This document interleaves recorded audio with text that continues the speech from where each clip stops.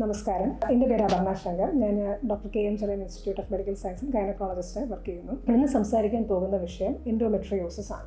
നമ്മുടെ ഇടയിൽ ആർത്തവ സമയത്ത് ഒരു ചെറിയ തോതിലെങ്കിലും വേദന അനുഭവിക്കാത്ത ആരും തന്നെ കാണില്ല. പലർക്കും ഒരു ചെറിയ തോതിലായിരിക്കത്തില്ല, അമിതമായ വേദന തന്നെ ആർത്തവ സമയത്ത് ഉണ്ടാകാൻ സാധ്യതയുണ്ട്.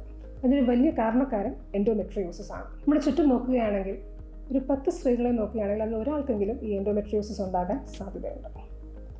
എന്താണ് ഈ എൻഡോമെട്രിയോസിസ്? എൻഡോമെട്രിയോസിസിനെ കുറിച്ച് പറയണമെങ്കിൽ ആദ്യം നമ്മൾ ഗർഭാശയത്തെക്കുറിച്ച് പറയണം. ഗർഭാശയത്തിൻ്റെ ഏറ്റവും അകത്തുള്ള ലൈനിങ്ങിൻ്റെ പേരാണ് എൻഡോമെട്രിയം. ഈ എൻഡോമെട്രിയം ഗർഭാശയത്തിൻ്റെ പുറത്ത് പോയി മറ്റ് ആന്തരിക അവയവങ്ങളിൽ ഡെപ്പോസിറ്റഡ് ആകുമ്പോഴാണ് നമ്മൾ എൻഡോമെട്രിയോസിസ് എന്ന് പറയുന്നത്. നമുക്കറിയാം, ഈ പീരിയഡ്സിൻ്റെ സമയത്ത് അല്ലെങ്കിൽ എല്ലാ മാസവും ഒരു സ്ത്രീയുടെ ദേഹത്ത് ഹോർമോണൽ വ്യതിയാനങ്ങൾ ഉണ്ടാകുന്നുണ്ട്. ഈ ഹോർമോണൽ വ്യതിയാനങ്ങൾ ഉണ്ടാകുന്നതിനനുസരിച്ച് ഈ എൻഡോമെട്രിയത്തിൻ്റെ കട്ടി കൂടുകയും പീരിയഡ്സിൻ്റെ സമയത്ത് ബ്ലീഡിംഗ് ആയി താഴോട്ട് പോവുകയും ചെയ്യുന്നു. ഇതേ വ്യതിയാനങ്ങൾ തന്നെ മറ്റ് ആന്തരിക അവയവങ്ങളിൽ ഡെപ്പോസിറ്റഡ് ആയിരിക്കുന്ന എൻഡോമെട്രിയത്തിനും സംഭവിക്കുന്നു. അതിനാൽ ഈ ആന്തരിക അവയവങ്ങളിലെല്ലാം തന്നെ ഒരു ചെറിയ ബ്ലീഡിംഗ് ഉണ്ടാകുന്നു. അത് കാരണം അവിടെ ഒരു ഇൻഫ്ലമേറ്ററി റിയാക്ഷൻ തന്നെ ട്രിഗേർഡ് ആകുന്നു. അപ്പോൾ സാധാരണഗതിയിൽ എൻഡോമെട്രിയോസിസിൻ്റെ രോഗലക്ഷണങ്ങൾ എന്തൊക്കെയാണ്? അപ്പോൾ ആദ്യം നേരത്തെ പറഞ്ഞതുപോലെ വേദന, പീരിയഡ്സിൻ്റെ സമയത്തും അതിന് മുമ്പായി തുടങ്ങുന്നതുമായ അസഹനീയമായ വേദന. ഈ വേദന പീരിയഡ്സിൻ്റെ സമയത്ത് മാത്രമല്ല, 2 പീരിയഡ്സിൻ്റെ ഇടയ്ക്കും ചിലപ്പോൾ നിലനിൽക്കാൻ സാധ്യതയുണ്ട്. എവിടെയാണ് ഈ എൻഡോമെട്രിയൽ ഡെപ്പോസിറ്റ്സ് ഉണ്ടായിരിക്കുന്നത് അതനുസരിച്ച് സിംറ്റംസും വ്യത്യാസം വരാൻ സാധ്യതയുണ്ട്. എവിടെയൊക്കെയാണ് സാധാരണയായി ഈ എൻഡോമെട്രിയൽ ഡെപ്പോസിറ്റ്സ് കാണുന്നത്? ഏറ്റവും കോമൺ ആയി കാണുന്നത് അണ്ഡാശയത്തിൽ, അണ്ഡവാഹിനി കുഴലുകളിൽ, ബവൽസിൽ, മൂത്രസഞ്ചിയിൽ എന്നിവിടങ്ങളിലാണ്. പക്ഷേ ഈ എൻഡോമെട്രിയൽ ഡെപ്പോസിറ്റ്സ് നമ്മളുടെ ശരീരഭാഗത്ത് എവിടെ വേണമെങ്കിലും ഡെപ്പോസിറ്റ് ആകാൻ സാധ്യതയുണ്ട്. ഈ ഓവറിയിലാണ് ഈ എൻഡോമെട്രിയൽ ഡെപ്പോസിറ്റ്സ് വരുന്നതെങ്കിൽ സാധാരണഗതിയിൽ ഒരു സിസ്റ്റ് രൂപേണയാണ് കാണുന്നത്. നേരത്തെ പറഞ്ഞതുപോലെ ബ്ലീഡിംഗ് സംഭവിക്കുമ്പോൾ ഈ രക്തം അവിടെ കെട്ടിക്കിടക്കുകയും രക്തം കുറച്ചു കാലം പഴകിക്കഴിയുമ്പോൾ ഒരു ചോക്ലേറ്റ് നിറത്തിലാണ് സാധാരണഗതിയിൽ കാണുന്നത്. ഇതിനെ പറയുന്നത് ചോക്ലേറ്റ് സിസ്റ്റ് എന്നാണ്. ഈ നേരത്തെ സിസേറിയൻ ചെയ്തിട്ടുള്ള ഒരു വ്യക്തിയാണെങ്കിൽ നേരത്തെ ഉണ്ടായിരുന്ന സിസേറിയൻ സ്കാറിലും ഈ ഡെപ്പോസിറ്റ്സ് വരാം. അപ്പോൾ പീരിയഡ്സിൻ്റെ സമയത്ത് ഈ സ്കാറിൻ്റെ അവിടെ അമിതമായ വേദന വരികയും അവിടെ ഒരു ചെറിയ സ്വെല്ലിംഗ് ആയിട്ട് ഫീൽ ചെയ്യാനും സാധ്യതയുണ്ട്. ഈ അമിത വേദനയല്ലാതെ നമ്മുടെ ചുറ്റും കാണുന്ന വന്ധ്യത അല്ലെങ്കിൽ ഇൻഫെർട്ടിലിറ്റിക്ക് ഒരു വലിയ കാരണക്കാരനും എൻഡോമെട്രിയോസിസ് തന്നെയാണ്. ഈ എൻഡോമെട്രിയോസിസ് കൊണ്ട് എന്തുകൊണ്ട് ഇൻഫെർട്ടിലിറ്റി വരുന്നു? ഈ അണ്ഡാശയത്തിൽ നേരത്തെ പറഞ്ഞതുപോലെ ഈ സിസ്റ്റ് രൂപപ്പെടാൻ സാധ്യതയുണ്ട്. ഈ ചോക്ലേറ്റ് സിസ്റ്റുകൾ ഉണ്ടാകുമ്പോൾ അണ്ഡം ഉൽപ്പാദിപ്പിക്കാനുള്ള കഴിവ് ഈ ഓവറീസിന് കുറയാൻ സാധ്യതയുണ്ട്. കൂടാതെ തന്നെ ഈ ആന്തരിക അവയവങ്ങൾ തമ്മിലുള്ള ഒട്ടലുകൾ എൻഡോമെട്രിയോസിസ് കൊണ്ടുണ്ടാകും. ഈ ഒട്ടലുകൾ പല അവയവങ്ങൾ തമ്മിലുണ്ടാകാറുണ്ട്. അതായത് കുടലും യൂട്രസും തമ്മിലുണ്ടാകാം, യൂട്രസും ബ്ലാഡറും തമ്മിലുണ്ടാകാം, അതായത് മൂത്രസഞ്ചിയും തമ്മിലുണ്ടാകാം. അതുപോലെ തന്നെ അണ്ഡാശയങ്ങളും യൂട്രസും തമ്മിലും ഈ ഒട്ടലുകൾ ഉണ്ടാകാം. അതിനാൽ എല്ലാം തന്നെ ഇൻഫെർട്ടിലിറ്റി ഉണ്ടാകാൻ കാരണമാകുന്നു. ഈ എൻഡോമെട്രിയോസിസ് എങ്ങനെ കണ്ടുപിടിക്കാം? ഒരാൾ പറയുന്ന രോഗലക്ഷണങ്ങൾ വെച്ചോ എക്സാമിനേഷൻ ഫൈൻഡിങ്സ് വെച്ചോ ഒരു പരിധി വരെ മാത്രമേ നമുക്ക് എൻഡോമെട്രിയോസിസ് കണ്ടുപിടിക്കാൻ സാധ്യതയുള്ളൂ.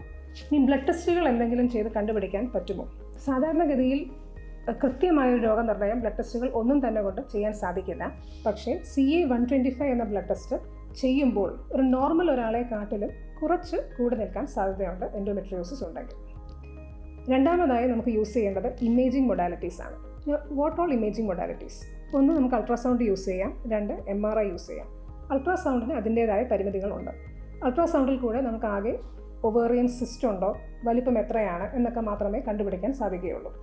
MRI യൂസ് ചെയ്യുകയാണെങ്കിൽ എൻഡോമെട്രിയോസിസിൻ്റെ ഡെപ്പോസിറ്റ്സ് എവിടെയൊക്കെയുണ്ട്, എത്രത്തോളം പടർന്നു പിടിച്ചിട്ടുണ്ട് എന്നൊക്കെ പറയാൻ സാധിക്കുമെങ്കിലും കൃത്യമായ രോഗനിർണയം സാധ്യമല്ല.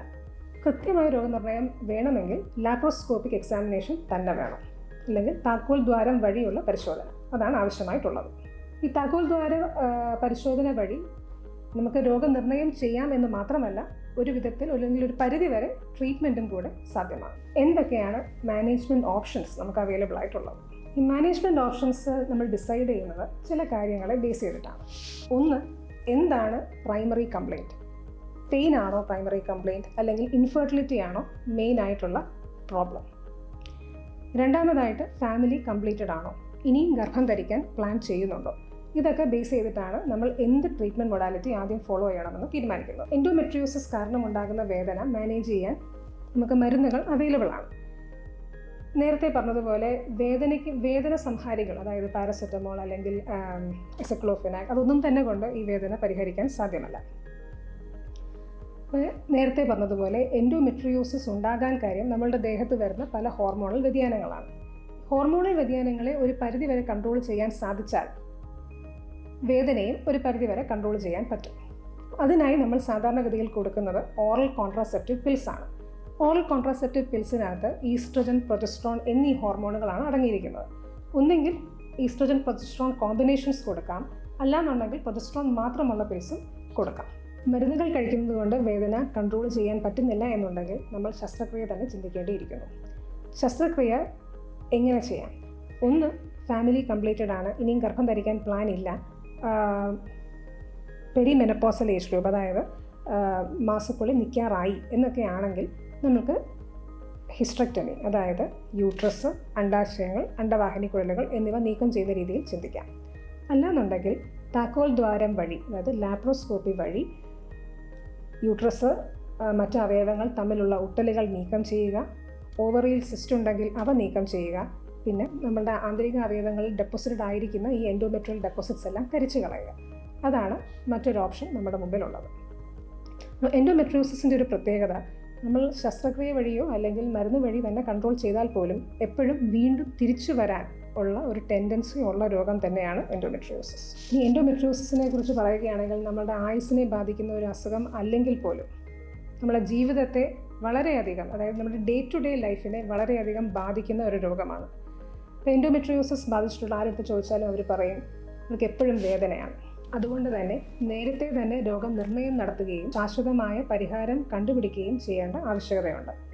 എന്തെങ്കിലും ഈ രോഗത്തെപ്പറ്റി സംശയമുണ്ടെങ്കിലോ ഈ രോഗമുണ്ടെന്ന് തോന്നുന്നുണ്ടെങ്കിലോ ഫർദർ മാനേജ്മെൻറ്റ് ആവശ്യമുണ്ടെന്ന് തോന്നുന്നുണ്ടെങ്കിലോ ഒരു ഗൈനക്കോളജിസ്റ്റിനെ സമീപിക്കുക.